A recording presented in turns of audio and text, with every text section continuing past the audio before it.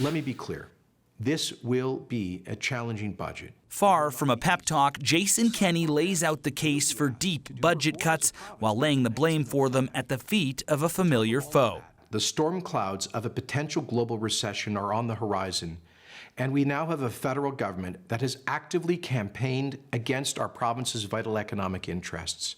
For his part, Justin Trudeau says he hasn't given up on Alberta, even if Albertans appear to have given up on him. There's a lot of thinking to do on that, and a lot of listening to Albertans, as I have endeavored to do over the past number of years, but obviously I'm going to have to do a lot more. But on the streets of Calgary, little trust that there's weight behind those words and a yearning for action. So I was hoping a change to a Conservative or some other government that wants jobs, wants oil and the pipeline pushed through, but I just don't feel any hope with this government at all. Byron Nelson knows Alberta's Conservatives. Nelson ran against Jason Kenney for the old PC party leadership. And he says many Albertans are fed up with Confederation. I've heard separatist sentiment rise higher in Calgary over the last year or so than I have at any time during my lifetime. And most people here are committed to Canada, but frustration lingers, a sense that Alberta pays more than its fair share. A Western separation, no. The transfer payments, yes, I do.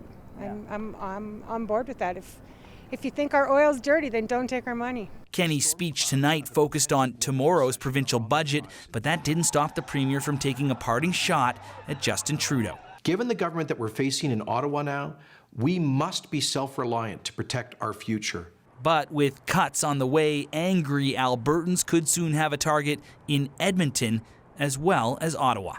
Aaron Collins, CBC News, Calgary.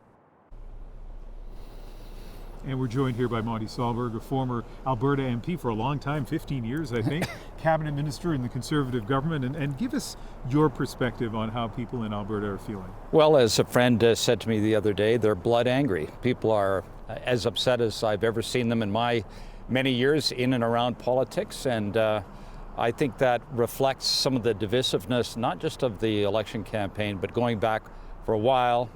You touched on it, Ian.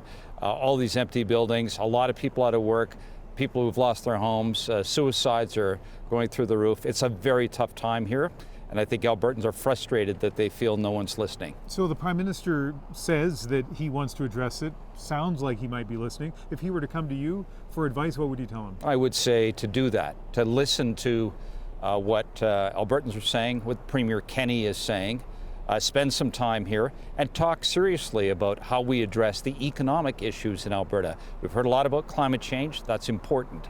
But it's really important to start to talk to people about how we get the province back on its feet economically, and probably how we start to move oil through those pipelines. And we have about 15 seconds left. Do you think that this is something that can be healed in the short term, in the next couple of years, in terms of the sentiment? It's going to take some doing. It's going to take action, actually, and that's the only way that Albertans are going to start to trust anyone in Ottawa again. Well, you know this sentiment. You were one of the early Reform MPs the West wanted in, and we're hearing that kind of language once again. Monte Solberg, thank you very much. Thanks very much, Ian.